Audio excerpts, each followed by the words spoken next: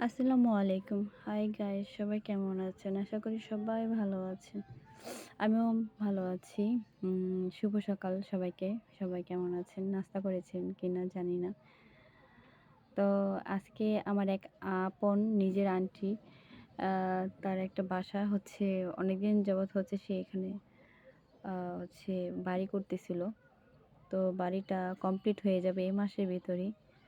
তো আর ২ দিন মনে লাগবে আ কল বসানো বা আর কিছু কাজ বাকি আছে।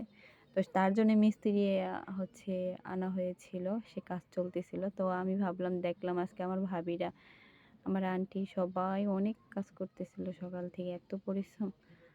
তো যাই হোক আমি কিছু করতে পারিনি। আমার সংসারের অনেক রান্নাবাড়া ছিল, কাজ ছিল। আবার এমনিও আমি একটু বিজি ছিলাম। তো ভাবলাম একটু গিয়ে দেখে আসি। তারা এত পরিশ্রম করতেছে সে সকাল ৫টা থেকেই।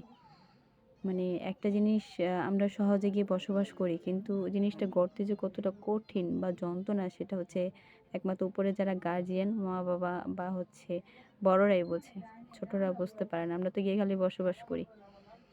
আর যে কতটা পরিশ্রম করা লাগে।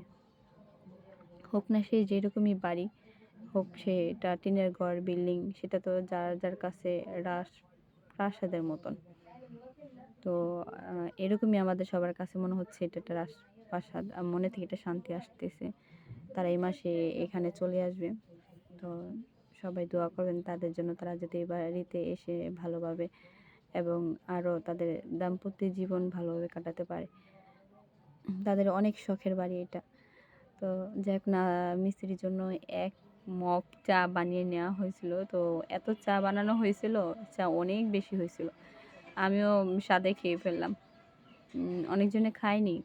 যারা খেয়েছে তা অনেক বিস্কিটও ছিল। বিস্কিটও ভাঙা হয়নি। মানে যে পরিমাণ খাবার আনা হয়েছে হচ্ছে খুশিতে অনেক খাবার আনা হয়েছে যে হচ্ছে খাক যত মন যত খাক। কিন্তু খাবার অর্ধেকই রয়ে গেছে, খাওয়া হয়নি।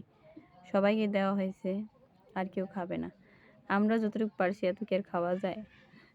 বাচ্চাদের বলতেছিলাম খাও বেশি করে খাও। কিন্তু মানে কাজের ভিতরে নিজের হাতে কাজ করা, পরের হাতে কাজ করা অনেক ডিফারেন্স। তো আন্টি হচ্ছে কাজ তো করতেই ছিল।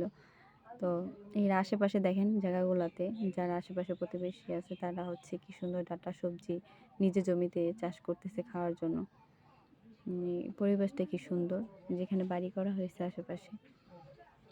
ভালোই লাগছে। অনেক সুন্দর লাগছে পরিবেশটা।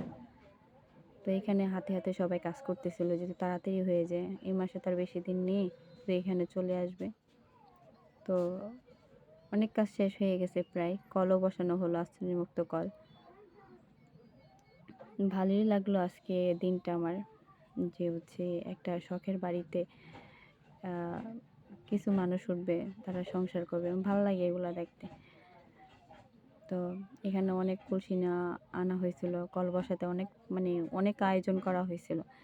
এত কলসি লাগছে, এত পানি লাগছে, পানি দিতে তারা ক্লান্ত হয়ে গেছে। তারা অনেক পরিশ্রম করছে আজকে।